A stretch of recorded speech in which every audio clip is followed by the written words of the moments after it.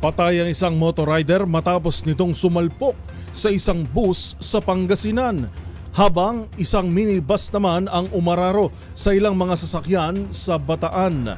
Ang mga detalye alamin sa reports ng ating provincial correspondents na sina Freddy Fajardo at Danny Kumilang.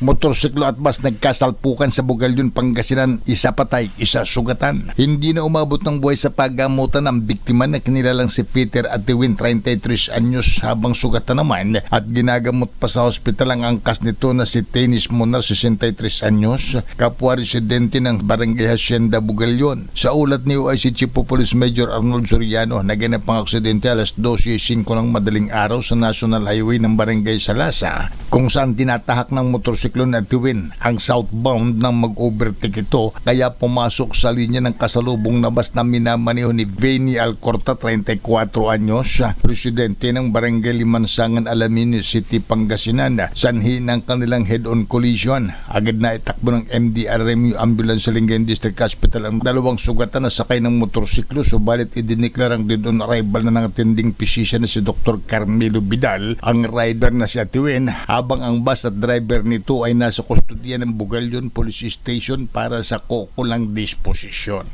Para sa MBC TV Network News, ito si Freddy Fajardo, Aris 38, una sa Pilipinas, una sa Pilipino.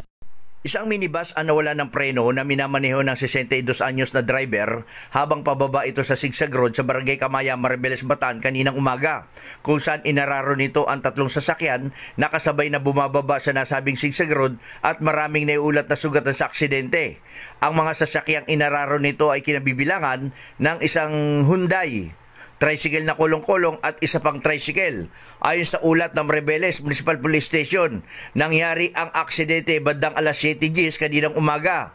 Batay sa inisyal na investigasyon, lahat ng sasakyan ay patungo Maribeles Town proper nang mawala ng preno ang minibus habang bumababa ito sa sigsag na karsada. Sinubukan umanong iwasan ng driver ng minibus ang ibang sasakyan, ngunit bumangga pa rin ito sa tatlong sasakyan na nasa kanyang daraanan na nagresulta sa pagkasugat ng mga driver at mga pasahero ng mga ito.